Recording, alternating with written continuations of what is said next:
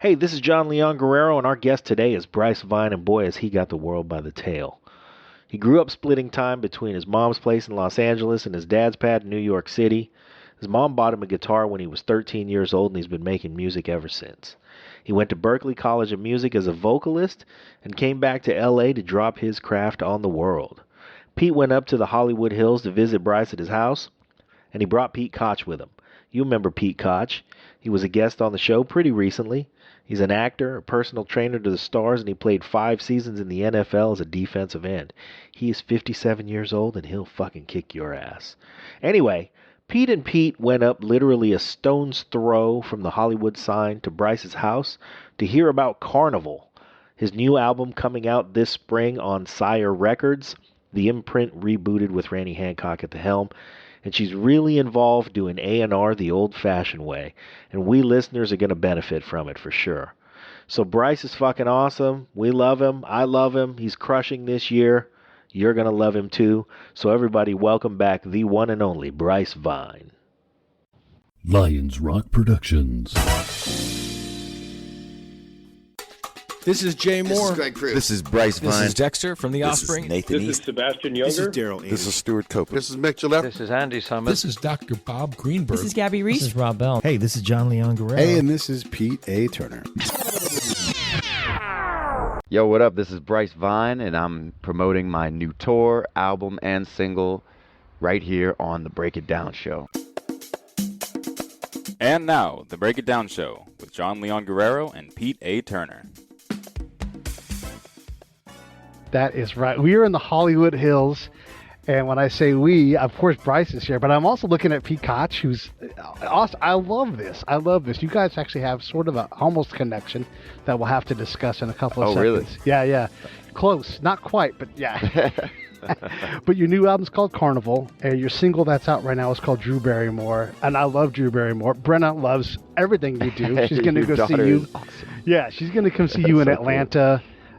Everybody, if you guys don't know who Bryce Vine is, first off, press stop, and go listen to, I don't know, Whatever. Yeah, Drew Barrymore, the Sour Patch Kids.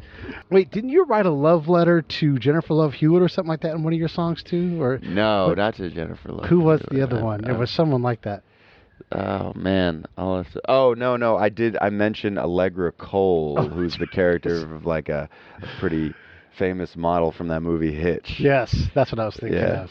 But yeah, man, I mean, whatever song, I hope people like what they hear. Yeah, well, you're good. And DJ Severe turned us on to your work. You know, we said, who's out there doing it? Who do we need to know about? And, you know, he was on it. Yeah, he was on it, man. Yeah, really, because it's been years. Yeah. And he plays you all the time at Dodger Stadium. When we last talked, when you, John, and I met, you were still independent. You were working on new music for the Drew Barrymore, that whole EP that you were going to put out. But fill us in on the blanks. What's happened since then? So we put out. I was still independent when we put out Drew Barrymore on Spotify, and it got onto New Music Friday, which was great because then all of a sudden, for the first time in my life, like labels were reaching out to me instead of me trying to go meet with them. And I met with a couple and knew I wanted to be signed. Like it's just you just kind of need to if you're planning on taking things to a global scale. You know, you just need that engine. So I met this woman, Rainey Hancock, who had just become the president of Sire Records at Warner Brothers. And she was like everything I could have hoped for in a president. Like a music lover. She was like trained by Clive Davis. She was his protege in the music business and brought up different artists. Like was part of Kesha's project and breaking a lot of people. So she's a real A&R, you know. And I love the idea of actually being signed to a woman, like an empowered woman. That was a cool idea. It was like, yeah. Absolutely. So I signed with them, and they started pushing Drew Barrymore at the beginning of 2018, and then everything just started going crazy. Yeah. Go figure. Well, it's not a surprise though. I mean, your songs they're so goddamn good. They're catchy, and there's a lot of songs in my internal mental iPod, but your music quite often pops into my head. Certain things, certain times, there must be some kind of trigger, but it'll pop in, and I'll be humming little bits of it, little hooks and everything. So That's awesome. it's just that's a sign of quality stuff. It's cool to see that you're doing so well. Well, that's what I like, man. I like songs that feel like candy for the ear, and they take you to different places, and it's fun, and the lyrics are fun to sing, and the melodies are fun. There's too many things that just go into my head and they're out immediately, and it's very hard to find songs that last forever that people get excited about all the time whenever they come on. And I think part of being an artist is you hope to make those songs, and you hope to draw those drawings and paint those paintings, and whatever you do to make it great. So along those lines, I'm so interested. Pete Turner and I had a laugh about this as we were sort of discussing and prepping to meet with you this afternoon, and that is, I said, "Hey, Pete, I was a musician. I can relate to folks." No kidding. What do you play? I was in fact, I'll have I was the president of the senior high school band. Problematically, and the captain of the football team at the same time. Problematically, I played the trombone. No way. Yeah, so nothing wrong with the trombone. I'm proud of it, but there's not a lot of demand, I think, for the brass section, in it's popular definitely music. dwindled a little. Yeah. But at least I learned how to read music. I have an appreciation for music. I'm glad that my mom insisted that I learn an instrument as part of my development growing up. And then I learned that you went to Berkeley School. And for the folks who don't know, I know this much, that if you want to be an engineer, you're going to try to get into MIT. And if you want to be a musician, you're going to try to get into Berkeley or Juilliard. Mm-hmm. And it's probably the 1-2 punch. And you went to the most prestigious music school in the nation. And how formative, what was that experience like? Wow. What a great question. It was overwhelming first, for sure. I went from I was in a punk band in high school. It's funny that you played trombone. My DJ plays trumpet. He plays it when we do the live shows. So I know it's not the same, but it's brass. So, sure. So I went from being a medium fish in a small pond to a very small fish in a very big, talented pond. Yep. And it was scary, man. I remember 2 months into being at Berkeley with all these people, I called my mom and I was like, I don't think I deserve to be here. I was serious. I was worried. I was like, maybe this isn't what I'm cut out for. I don't have the range of the singers. I don't have the musicality of the people that actually have grown up playing instruments. I taught myself to play guitar. I just didn't feel that great for it. My mom was just like, well, they seem to think you're good enough, so just do the work. You know? That's encouraging. Yeah. Yeah, I mean, when I was in high school, one of the kids I played with in the band ended up going to Juilliard on a full scholarship. Wow. He played saxophone, but his dad was a professional saxophone player. So he was already tough shoes to fill. He was getting into musical theory. He was writing for years by that time. He's writing not only his own solos. I played in a stage band, a jazz band. He wrote parts for every single instrument, handed them out. Wow. Did one of his songs when he was 17. So I know when you go to a school like that, you're going to run into prodigies. Yeah, you run into quite a few, and especially at a contemporary music school, where the focus isn't necessarily on classical. You meet prodigies of all different kinds, prodigy producers, prodigy songwriters, prodigy guitar players, people that are just developing skills on a higher level in all different fields of music, and you're seeing them from their ground up stage.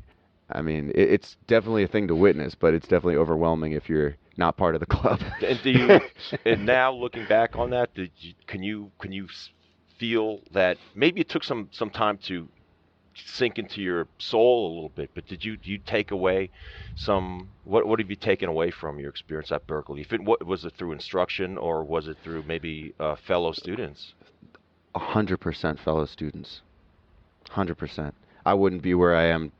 Literally wouldn't be where I am if it weren't for the people that I met at Berkeley. My producer that I worked mainly with, who helped develop me, who like trained me and made me a smarter person and a harder worker I met my freshman year at Berkeley when I helped him clean up a house party that he had, and we've been friends since. Um, and now he produces for everyone from Selena Gomez to Justin Bieber to ASAP Rock. I mean, the list goes on with him, and he's his work ethic. He wasn't even a producer when I met him.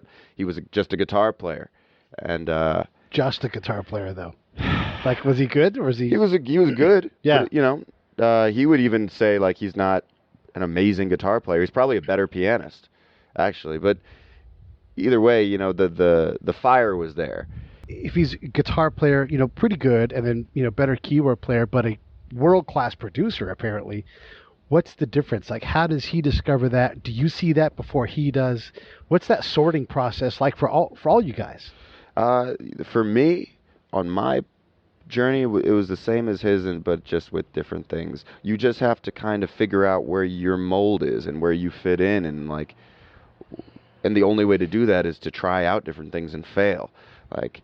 Like I said, I was in a punk band, and then I went to Berkeley and I tried out the reggae ensemble. I went into the gospel ensemble, even though I had no business being there. I think the teacher was just trying to cut me a break because I wanted to like experience that and see if that's where my voice fit in, if that's being around those caliber of singers would unleash anything, you know. And then maybe things I took away from that ended up in the next phase, which was pop and rap music. It was around like the Kanye graduation time, so pop and rap were finally becoming one thing, and now it's like urban music is pop, but back then that was just starting to happen. Right. And then it turned out my voice fit into that realm. And then I just had to keep molding it, and like I'd always written my own songs, so that came naturally already. I didn't know that you could be an artist without writing your own songs. And for Nolan, you know, in the same path, like he graduated from college. I didn't. I left after 2 years to go follow another music opportunity. But he graduated from college. He went into MP&E, which is the program at Berkeley that everyone who wants to be a producer wants to get into. Funny enough, the head of my label, who I just mentioned, Rainey Hancock, she went to Berkeley also, and she was in that program. I mean, she's a real musician, a real lover of music, and everyone that I surround myself is. My manager went to Berkeley, separate from me. My DJ, my drummer, most of the people that I'm involved with now that I've been involved with for years, I met at Berkeley. You refer to yourself as a musician, like you're not, you know, a performer, and there's nothing wrong with these things, but that's not how you see yourself. I see myself as somebody who uses music as therapy. Like that's what it always was for me. Music was therapy. The songs that people wrote and the stories that they told when they were honest and real, it felt that way, and it was like a release to know that these people were going through other things. And there was songs that sounded uplifting but were about drug addiction, and there's just a thing for every mood. And if I'm running on the treadmill, I'm listening to one thing, and it just seemed like nothing else can affect you and heal you that same way, besides obviously doctors. And training your body. You know, obviously, you know, part of that is training yourself in a lot of ways. I'm breaking off here. I just always loved music, and I knew I wanted to be involved in music. And so I just had to keep figuring things out and find my place. How does that resonate with you? I mean, you go to Maryland to play football at a high level. You end up going to the NFL and not just like showing up, but actually knocking people down for a living. There's got to be a sorting process there. Like you end up being a defensive end, but you know, maybe you're like, let me try safety. Let me try.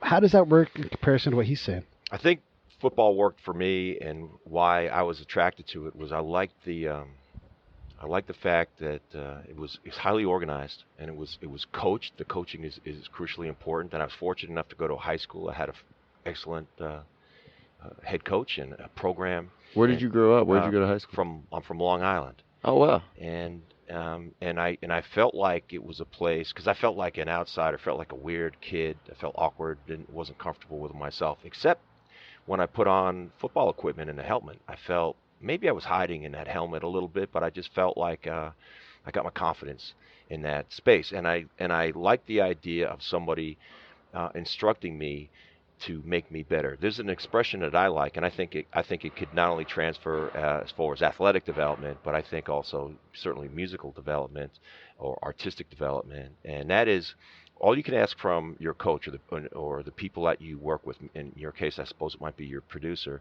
but that is to, since you can't sing a song for me, you can't make a tackle for me, but all I ask of you is to position me for success. That's it. Just do that. But if you, it's much easier said than done effectively. But I had coaches that did it effectively, especially in those formative years when I was in high school, and they positioned me for success, which led to an athletic scholarship, and then from there the NFL. Wow. And I think that I was of the mindset to that I could make that work. However, without that structure of the coaching, I'm not sure I would have been very good. And because I don't know that I have a natural creativity or a natural discipline to sit there by myself and make something happen. I'm much better myself in a team setting. Being pushed, yeah. And yeah, driven. Pushed and encouraged, yes. Yeah. Yeah, that's very similar. I think that's probably why, I mean, in your opinion, is maybe that's why professional sports, sports is, when you're young, is such a, it can be such a catalyst for success because you have to learn early on to work towards something and finish it. Yeah, work together train. with a team and towards a common goal. Yeah. And there's and that taught me lessons which were very helpful to me in life. There's two kinds of athletes, in my judgment, by the way. There's team sport athletes, which certainly what I was, played football and basketball, played in these group sports. And then there's also individual athletes. Most typically we think of golf and tennis, but certainly gymnastics would fall into that category, all kinds of things. And there's not much team involved in that stuff. And I was always attracted to the team sports, and I think that they offer a set of skills and values that are unique and beneficial as we go through life. Wow. You put up a lot of stuff on your Instagram that's really motivational. Like he's, because I mean, look at it. He works out. There's a picture of him about to throw 135 pounds over his head in a barbell. I'd love that picture of you because there's total commitment and it's just awesome. Crazy. But there was this one quote that talks about like you have to work hard because of the person that believes in you. Yeah. What's that quote? The failure to work hard is disrespectful to the people who believe in you. Wow. Failure to work hard is disrespectful to the people who believe in you. Wow. What does that bring up for you, Bryce? I mean, to a certain extent, like, I do this because I owe it to those people. Yeah. That my mom, who came to every single show in high school and, bought me my first guitar, to my best friends who were there supporting me when I would perform at the school and whatever I was doing. And, you want people that are good, that you love, to see that their faith in something gets rewarded. You want that for them too. Like, and if they put their faith in you, you don't want to let them down. And maybe that's why it hurts so bad to let people that you love down. It's a beautiful quote. Yeah. What does that look like when you're writing? Because that's just you, right? You don't write with a team, or do you? I've started to write with more people. I've gotten better at writing, like, just with one other person, or like, there's a muscle to be built with it, And this year I definitely had to do that. It's the only reason that I've come this far is because I had to open up to a lot of new things. I drove at like midnight one time to these USC kids who were fans' room and wrote a whole song with them that night. It was something I had never done, but I just said yes, and they were fans, and they are in music at USC, so I went. And the song that we ended up writing is gonna be a single in probably in the next year and a half. Yeah, that's a good thing to say yes to. Yeah, and that was like the start. And then I figured out other things, like, okay, well, if that worked, then maybe this will work. And then, it's like positive reinforcement is a wonderful thing. When things work and when you weren't expecting them to work, yeah, that's how things have gone. Well, collaboration, that resonates with me as a team sport athlete, and everyone's got their own path. And I've learned also in my life and the different things that I've done in the world of fitness and as an actor myself, that that collaboration is awfully important. Many people can sort of succeed, I think, in isolation. That's possible, Yeah. but collaboration is also pretty special, and that's such an exciting story to hear that you collaborated in a unique way with a group of young people. I mean, that's a very special kind of a standalone, to me, a story of, because I'm so interested from the when I speak with an artist like you, in the process of how you got, and that could be very personal. That might not even be something you wanted to share, but the process of how you get to the final product, which is bam, dropping a single, boom, YouTube, millions of people viewing it. But where did that start? I mean, same for you, man. From my perspective, I couldn't even imagine the work that it takes to be considered a player worthy of going to the NFL and then making it there and then playing against all the other people in the country and world that have, like, Yeah. how did you even, it's so far from my world. How did you get to that? Yeah, but I can tell you, I actually have a somewhat boring, simplistic answer. But everybody who got to the NFL before me and after me took pretty much the same path. There's some place along their line, their mom or dad signed them up for youth football, and that went to high school football, that went to college football, and you kept on. If you were willing to work that hard and be that committed, and you were a little bit lucky with your talent, and you stayed injury free, then you have a chance to go all the way. Yeah, there's just some fade and some bits in there in between, but I think it's a pretty linear path. Right. That's what you've got to do. Nobody's doing it from another direction. But conversely, when I meet with artistic people, Benicio del Toro is a friend and of mine for Wow. I've known him for 10 years, and we've had this discussion, and so I'm like, without going into his story, but I'll say, what is your process to go from, we know where he starts and we know where it ends. It starts when somebody hands him a script, and it ends with, wow, I just watched Sicario and your performance blew me away. And you were a hitman. Yeah. Right. Or I watched an old rerun of Traffic where you won the Academy Award, and that's Beautiful the final. movie. It's the final. It started with black words on white paper. How the heck to me, the interesting part, how did you get from there to there? Yeah. And that is unique to every artist, and that's what I find fascinating. So how do you get from, I mean, do you start in front of a keyboard or a laptop or a blank sheet of paper and a notepad and a pencil? Where's it start? It's always different. For me, it's always different. I've kind of narrowed it down. Sometimes I'll start something on guitar. Rarely these days, though, because I had to teach myself how to produce on the computer. So a lot of times I'll just start with a beat and see where it goes. Most times it goes nowhere. But sometimes, like in Drew Barrymore's case, it goes somewhere.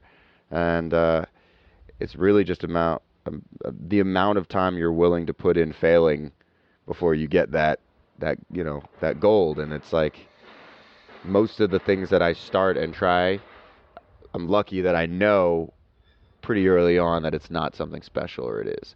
And I trust the people around me to tell me if it's something special or it is. As soon as my producer heard what I had been working on with Drew Barrymore, before it was Drew Barrymore, he was like, this is something. Keep working on this. And then I'm like, cool. Like, I needed that motivation. Otherwise, you can only trust yourself in so many ways. I think everything that some artists have written is amazing, and a lot of people have never heard of it, and some people don't like it. So my opinion isn't even necessarily valid to a lot of people. So it's like, what will work on a massive scale? So I just keep trying things. There's a balance, though, right? Between, so like, we'll do these album fights, and even Stevie Wonder, like, when he has total creative control, it's really hard to tell Stevie, no, stop.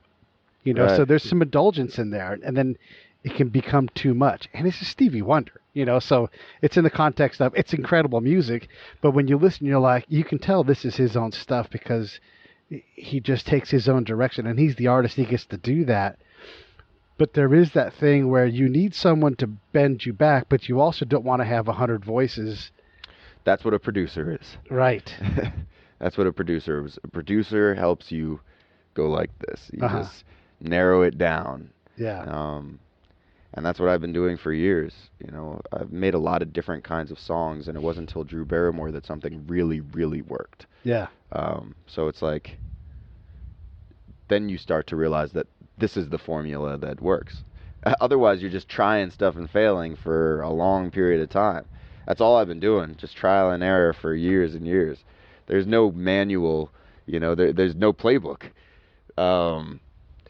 It's just sometimes luck of the draw. My dad always says it's just when luck and preparation meet. You know, you do the work. I read a lot, which helps. Try to hear a lot of different people's stories. I don't know. I don't know what it is that makes it happen, but it just happens sometimes. Do you use perspective? I notice a lot of really talented songwriters, you know, look at like love, for example, as like a spherical thing, and you can take one little point of view. You know, this is unrequited love that, you know, almost made it, and this is requited love that, you know, shouldn't have made it. And there's all these different points of view to examine love as a topic. Do you take a perspective like that and think, how can I do this? I mean, because you could say baby, baby, fuck, fuck, baby, baby. But everybody's done that. You don't want to just do that. You want to do something special. So what's that special thing? I guess I just think of like a scenario and someone would be singing the song. Like if I'm trying to make something, like I have a song called You on the new album that I wrote with the intention of writing a song that could be a love song for anyone that you know. You know, whoever you're talking to. And like, hopefully it'll be a song that people play at weddings for their first dance and stuff.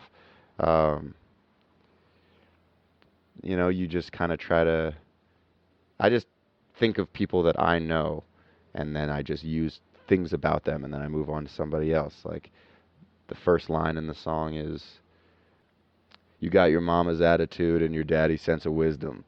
I know plenty of people that fit that category. Sure. So the relatability is that what you think of sometimes as you're writing a lyric? Do you want to relate to your audience, or no? Maybe that's not important. No, of course it is. It's just I already assume now I do. I mean, gosh, I'm trying to think of how it was. All right.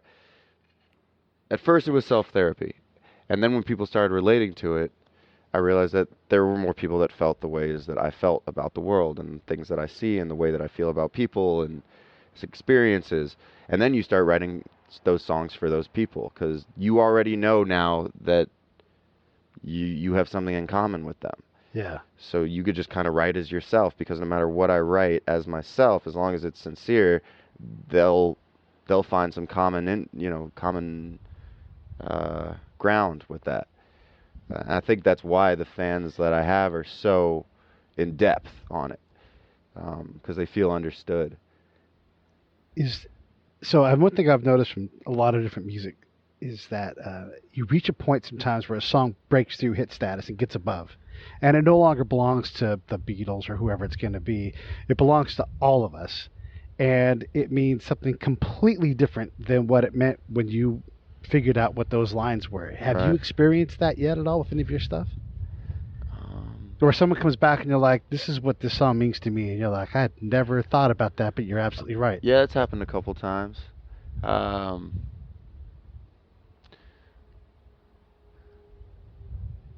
Mostly it helps people who are going through what I was going through when I wrote that song. Like, that emotion is evoked from that, even if it's not the subject. That's it. That's cool. That's a neat power to have. Yeah, it's kind of like telepathy in a way, you know. Novelists get the same thing. They're talking to someone, you know, technically speaking directly to them, but it could be another year, different time period, whatever, but the words are still, you know, they affect you differently. Novels are a good example of how art changes and how it's affected people, because some books, you know, like Moby Dick, when it came out, was not a huge success. Nobody really cared. It took 70 years for Melville to, like, even be a widely known name. And a lot of these people are like that. It's kind of the burden of being an artist. You're not always necessarily at the right place at the right time for when you're needed. Yeah. In high school, we wrote a rap about... Hey, this is John Leon Guerrero, co-host of the Break It Down show and fellow producer here at Lions Rock Productions. And I'm proud to announce our newest show. It's called Justice. Season 1 is going to be a deep dive into some of the cases I personally worked on as a licensed private investigator, and you'll get a unique view into the criminal justice system that may just challenge some of your personal notions about how it should work and open your eyes in ways you never imagined. So keep your ears open for Justice, a brand new podcast from Lions Rock Productions to iTunes, Stitcher, and wherever you get your favorite podcasts. The right place at the right time for when you're needed. Yeah. In high school, we wrote a rap about Moby Dick, the novel. You wrote a rap about Moby Dick? Yeah, it was fun. Do you remember it? Yeah, a little bit. It was, call me Ishmael, call me what you like. Me, Queequeg, and Moby are going to rock you through the night. Fresh. That kind of thing. It was great. It was hilarious. Talented from a very early start, I see. Yeah. My man. So, okay, I know we're getting deep into the process thing here, and so just indulge me a little longer, a couple more questions in this vein, because this stuff's really neat. So, we had Allie Willis. She lives over in the Valley, and she's a Hall of Fame songwriter.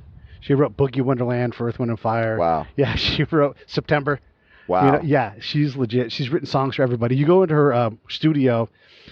She's got her studio. Her house is kind of like a kitsch museum, so there's stuff everywhere. And then you look up and you go, that whole wall is all platinum records, And so she said a lesson she learned from Earth, Wind & Fire, either from Verdine, or I think it was Maurice, was you lose words in favor of the groove. Like if you have a song that's a groove song, words, whatever. It can be da-da-da-da-da-da-da. It doesn't matter because the groove owns it.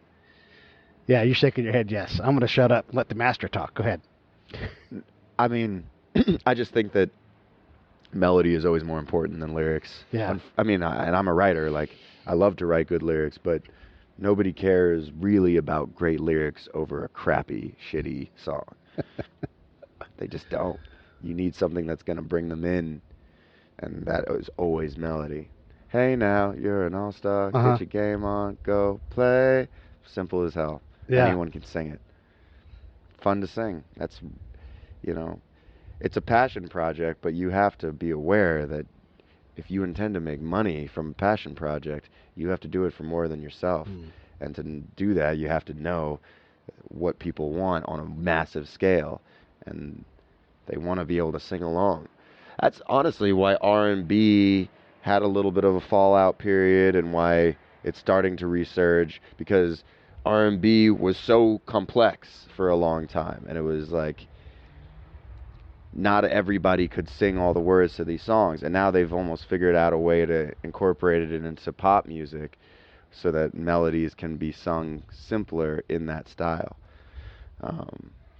But then also nobody really cares about lyrics enough all the time to, like, all these DJs, a lot of them don't have songs with words at all. Yeah. I don't have any connection to it. But a lot of people do. So I'm still figuring it out also. I see that and then I go, okay, well, melody's not even that important then. Yeah. These people are going wild and paying hundreds of thousands of dollars to go see somebody play their songs, and they don't have anything to sing along to. It's wild. And not even really a recognizable instrument in the whole thing. No. A lot of times. It's just things affect different people in different ways for different reasons.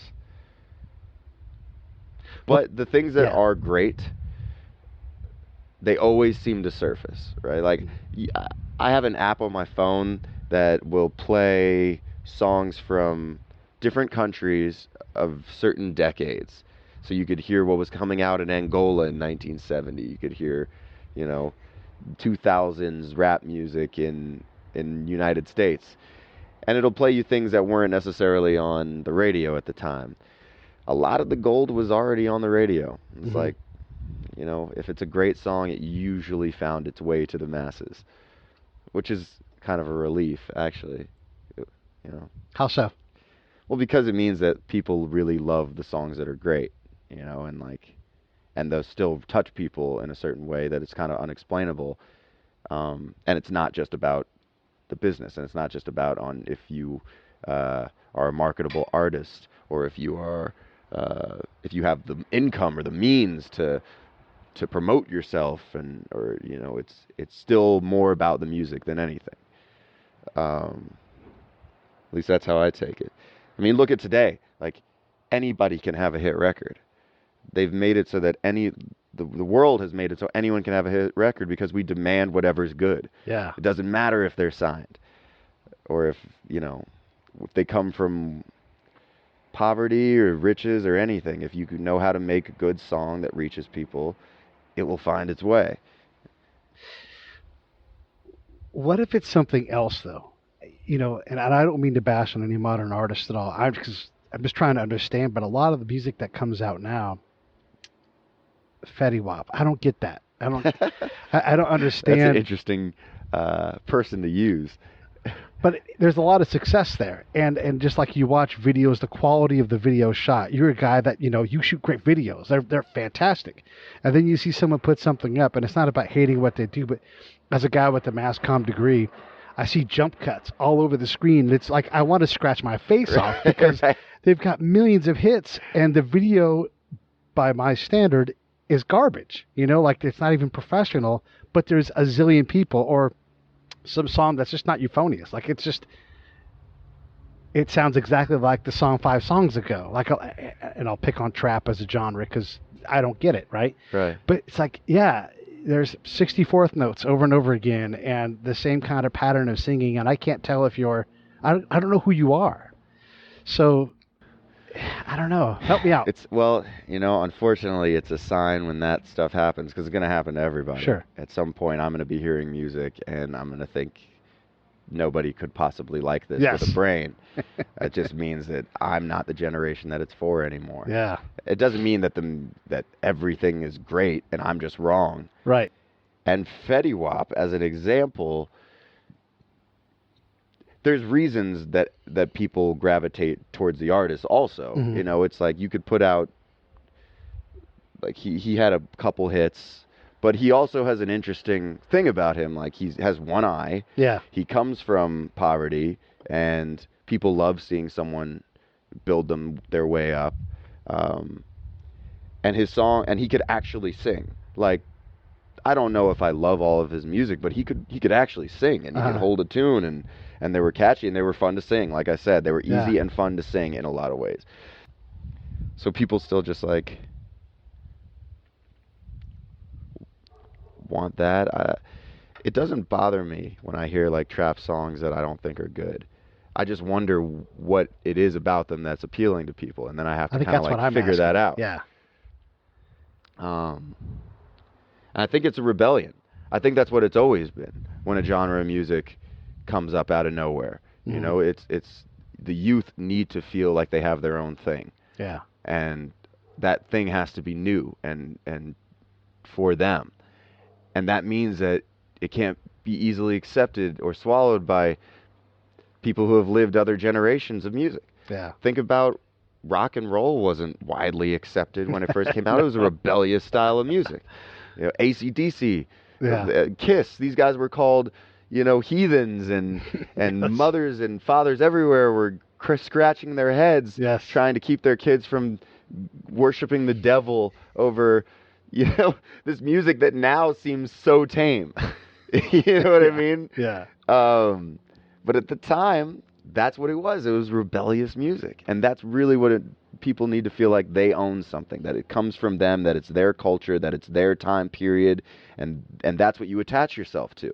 And that's why no matter how long time goes on, you listen back to these songs that you loved when you were young, and they mean something to you, even if you think that they're kind of whack now. Yeah. Yeah, like I'm a little embarrassed that I liked Adam Ant when I was growing up. But it's okay, though. I mean, I'm sure everybody in the disco era is a little embarrassed of at least a couple songs that they sang and danced to, you know, but that was, at some point, that was like a new thing and a new exciting adventure to go on. Our official show definition of rock and roll is if that person shows up, Post Malone shows up and he wants to date my daughter, door in the face. That's rock and roll. If Chris Brown shows up, oh, not a fucking chance. Get that's rock and roll. You're not, as the adult, as the parent, you're not supposed to get it. Yeah. You're not supposed to. Yeah. So it must be, Fetty Wap must be rock and roll to me. So, it's just how it is. A lot of this is, man, like all these trap rappers with tattoos on their face. And like you watch the shows, and if you watch it with no music, it's a punk show. This is just punk's resurgence in an era that rap defines. It's that same feeling that people get, that defiance, that you could mosh in the crowd. They do. It's all, it's not a bunch of gangsters out there. It's a bunch of like 17-year-old kids that have only been in school for a certain amount of years and are figuring life out slowly, and they're also going through puberty, and they don't know what the fuck is going on, and they need some way, some person that seems cooler than them to attach themselves to. That's all it is. And when you put it in that way, it's like it feels very innocent, you know? But the talent is to tap into the angst and all that generation of young people. And this is nothing new, right? This goes back to Elvis and before him Sinatra. Yeah. But it's so easy, everybody would do it. But to tap in with your lyric and with your sound, I love your Allie Willis. She's a giant, right? She's going into the Writers Hall of Fame. Hall of Fame. Yeah. Right. Yeah. And interesting to note, even at her level of skill, she defers to when Verdine says, sometimes you got to let the beat or the rhythm take over. That's fascinating. Now, this is production now, right? So we're talking about where's that intersection of the lyric and the music, which I would pose a question to you, because you're a singer-songwriter, right? Definitionally, and however you arrive at that, and with a guitar or whatever instrument takes you there, or not even an instrument, but however you arrive at that.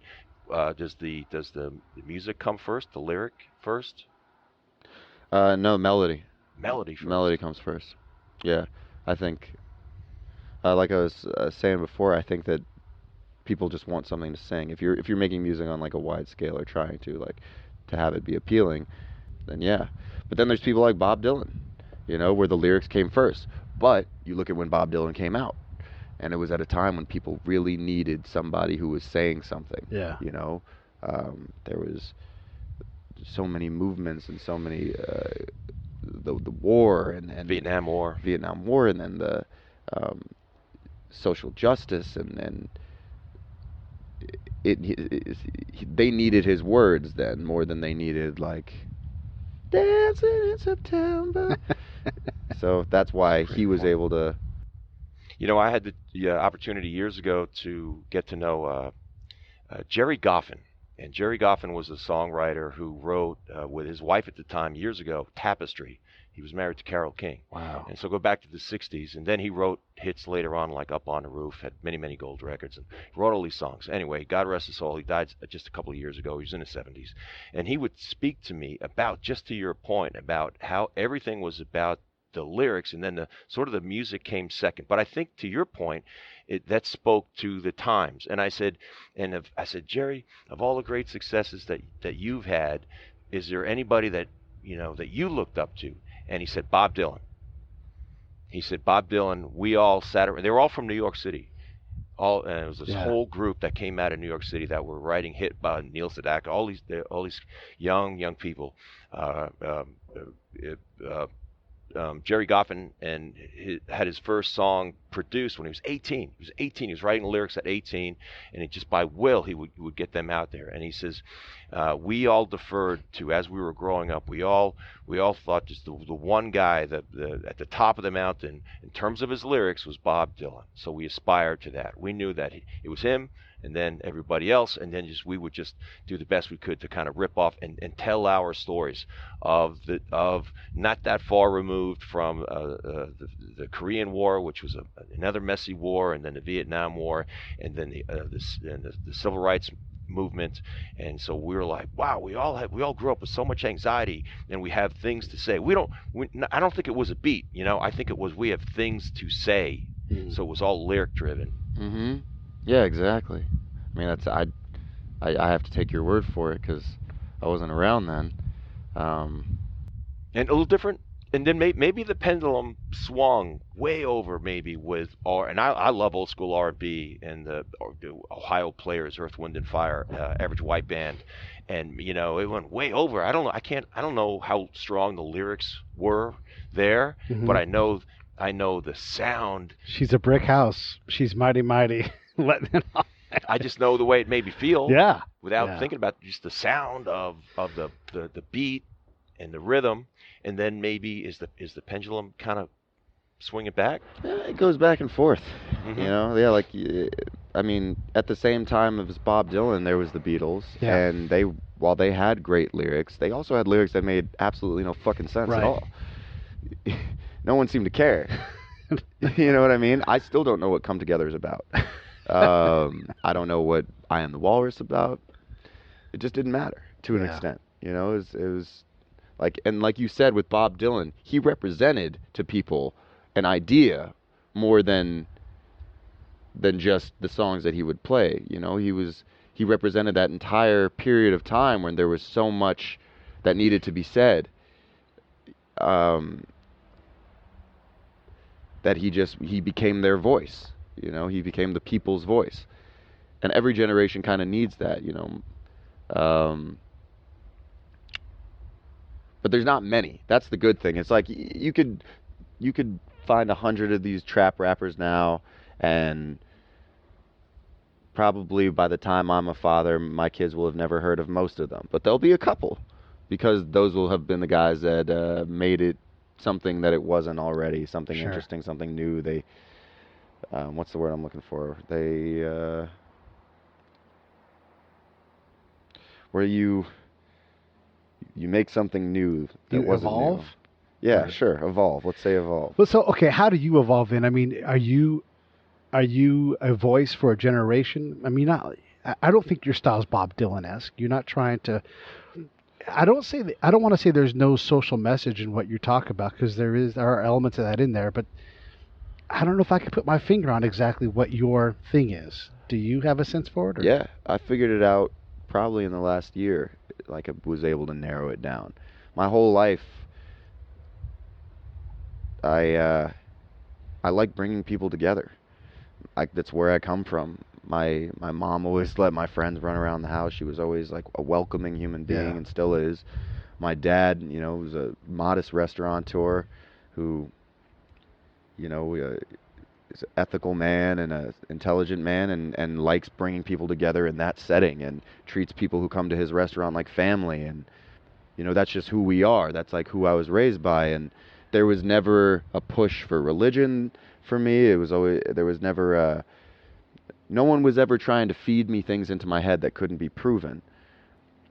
So I got a real chance, and they were separate parents, so I got to have a relationship with both of them separately and who they are. And so that's who I was raised by. And then as time went on, I realized that when I'm in my happiest is when there's a group of people together who I can introduce them to, and I meet friends from all these different places and countries and worlds and ages, and it makes me happy. So now I've realized, that's what I'm supposed to do. I'm supposed to just, especially at a time when people are so divided, I'm supposed to be like a little bit of a bridge in a world full of gaps. And so that's what I've decided is my place. I like that. We were given a tasking on this show by Sebastian Junger, best-selling author. He wrote the book for Perfect Storm, that movie. He's done a bunch of stuff, and he's like, all of you, because he's done a bunch of military writing. He's like, all you military guys, your job now that you're mostly back here is to rally us. We got to get away from the edges and back to the middle. And so that fits in with the character of the show. We try to, you can believe what you can believe in, you can believe what you can believe in, but if we can all uncomfortably exist in the middle, let's all give it up to get in the middle a little bit more, And most of us can. Yeah. Most of us are willing to and want to and are decent people. But there are people out there that just, there's no chance that you will ever reach them. Yeah. And they're just out to do bad, and there's no understanding or Yeah. or rhyme or reason for it. But the people that aren't, you do want to rally and bring together, right? Yeah. Yeah, you want to go out there and have a great time and give that person the freedom to do whatever they need to do, and maybe they come back around. Maybe they get over the thing that's bugging them, or maybe they don't. But you can't worry about them, you know? Just rally folks in the middle. What's exciting about the new album, Carnival? Talk about that a little bit. It's just it's the first album, so it's like my first full body of work, and it has like a lot of different themes, kind of the stuff that we've been talking about. Like I said, I have a song that I hope will be played at weddings. I have a song that it's kind of how I view the world and what we've been talking about for the last hour, and like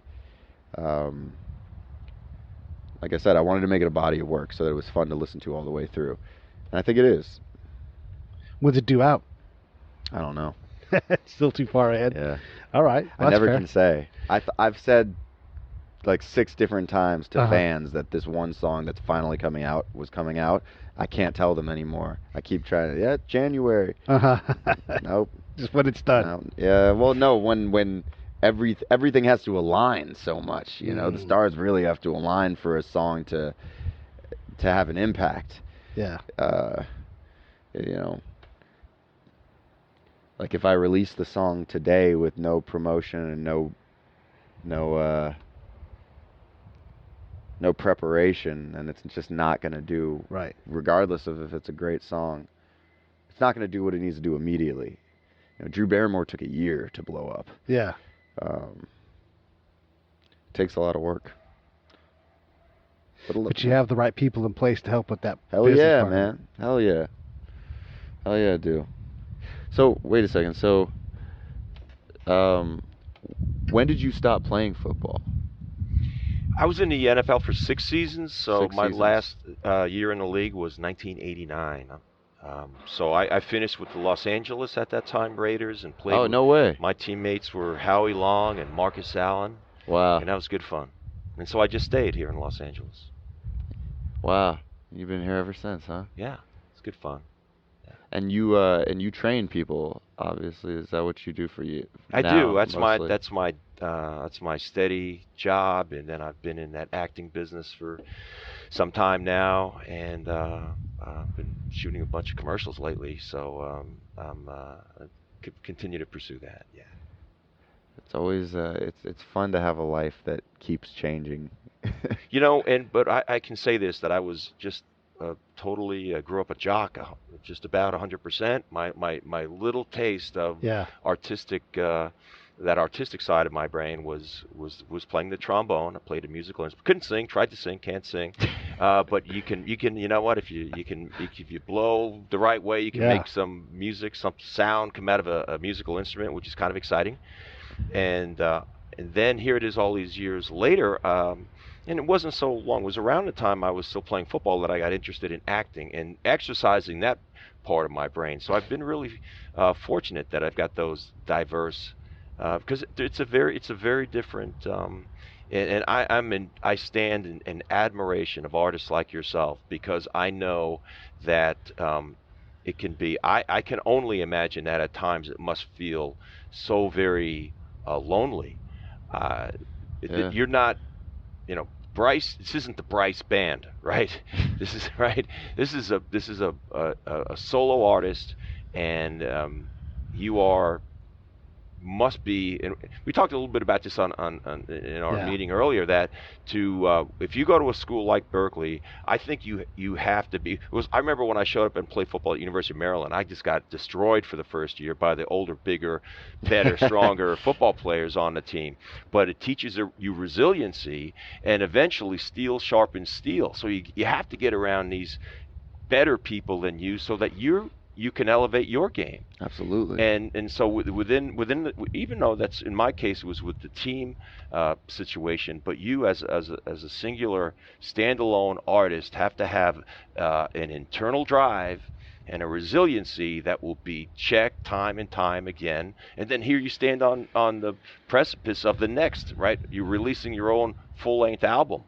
So it's the next gut check, how we must make sure we do this right, using every bit of your resources, your intellect, your guile to make sure it's done right. Does that sound about right? And preparation, yeah, absolutely. And like you said, steel sharpens steel, and it takes those hits and those things that you really have to like get past and over to like prepare you for what this takes. I wouldn't be able to handle the level of work that this takes if I hadn't gone through everything I've gone through to get here. You know, and you wouldn't be able to have a respect for it. You know, some people blow up overnight, and I never envy those people because they have to figure out everything that I've been figuring out for 6, 7, 8 years overnight, and they're young, and they have all these people that are depending on them, and it's like, dude, I couldn't imagine that stress. Some people are prepared for it immediately, you know. Some people are just born for it. Michael Jackson, I mean, he was beaten into submission, but I don't know if he'd be Michael Jackson if it weren't for that case. So, but you don't know you're that person either until you get there. You know, when the rocket takes off and you're on it, you just don't know. It's the same thing. Combat's the same way. Like I'm courageous. Are you? Like until that moment happens. Until the moment comes and you have to prove it. Yeah. Yeah. There's 3 responses: fight, flight, or freeze. And freeze is just a lack of training for the most part in this kind of situations, and it's fine because like in the NFL, like these guys are going fast. You know, like, and while you're thinking about that, they're all moving. It's the same thing, and you must have an element of that with what you do, where everything's. This is the major leagues of music right here. You know, I mean, you're looking down on L.A. This is where all of the biggest talent is at, or they come through here all the time. You know, man, L.A. is definitely a hub. Yeah, it's a hub for. It's like how Paris was for novelists in the 20s. You know, it's like. And you can feel that, and for all entertainment people. Like one of my best friends is a political journalist, and he's had his own struggle. And you know, it's like it's funny being a part of people's stories before they are a story. Yeah. You know. Yeah. What was I going to say on that regard? Oh, yeah. But we were talking about even like when you're on the field. It's so funny. You say fight or flight, and I was thinking. I couldn't even imagine being on that field, seeing these guys that are all in peak physical condition, running right towards me, trying as hard as they can to knock me the fuck off. Like, how do you handle that? Is it just training? Is it just... Yeah, no, it's a lifetime of preparation. I started playing contact football when I was 7 years old. So, but I loved it from the beginning. I loved the challenge of it, and the football's game's not for everybody. It's a combat sport, but it's one that I just loved it like crazy. I love to compete, and you're not going to win all the time. You're not going to play. You're going to get knocked on your ass, but that's where learning the resilience thing. You know, like there's water off the duck's back, that kind of thing. You really do learn those things and not just a theoretical level, but physically, like, wow, I just got knocked on my ass. And so to get up, so that combination of the physical and that emotional, and it's resolve. And one other thing, what the game is a fast game. I tell people it's beyond fast. It's a sudden game. When the ball is snapped, it's sudden. So all the thinking needs to be done before the ball is snapped. So as a defensive lineman, I would look at the alignment of the running back. I would look at the alignment of the offensive lineman in front of me. I would see the position of the tight end and the wide receivers. And this would offer me information because I've been preparing all week. It would offer me information as to what the play might be that they're going to run next. So now I'm thinking, but then just before that ball is ready to snap, you need to stop thinking, or else something is going to go the wrong way. Probably you're going to freeze, or else just the thinking that's where you have the potential for paralysis by analysis. Yeah. So right. do the pre-snap analysis. Ball's getting ready to snap. Shut it down. Go. Wow. It's fun. Wow. Football is played. It's chaos. 6 seconds at a time. Average football player takes 6 seconds. 6 seconds at a time. Every 30 seconds. Get it. Whistle blows. Play ends. Everybody gets off the ground. Goes back to the huddle. Call a play. Come out. Repeat that again. About 30 seconds go by. 6 seconds at a time. Every 30 seconds. When you're on stage, you're performing typical song. I can imagine. I don't know. I'm just riffing here, but the song takes about 3.5, 4 minutes, and you're 100% locked in, passionately, emotionally, intellectually. You've got technical things going on that people in the audience don't even probably think about, and then song comes to an end, and however you run your set, right, you're either going to take a moment, talk to the audience, or maybe get right to the next song, but there's like a rhythm to that process, and it can't always be slamming on the accelerator. You got to pull off sometimes, right? There's got to be that ebb and flow. I love the rhythm of football when you think of it that way. And when I go and see a live concert, I sort of like to lean back a little bit and appreciate the rhythm that every artist uniquely brings to their concert. Wow. And you got a point, man. I mean, it's almost like both of those things are just a metaphor for how life works. It's like you have to prepare to a certain extent and then just do. Oh man, and repeat. That's awesome. and then repeat. Yeah. Well, Until you're dead. Yeah. But that repeating part, that's the discriminator, right? Like everybody has a great idea. Can you do something with that idea? Can you repeat that? And can you, Yep. can you, I like to say like a great band is realized in the third album. Then maybe someone has a kid. Sometimes people are dead. All of these crazy things happen. But can you still produce hits at a level that makes you still relevant? And it's, that's the repeat part. That's really where the sword is sharp, and you're still able to swing it. Yeah. Yeah.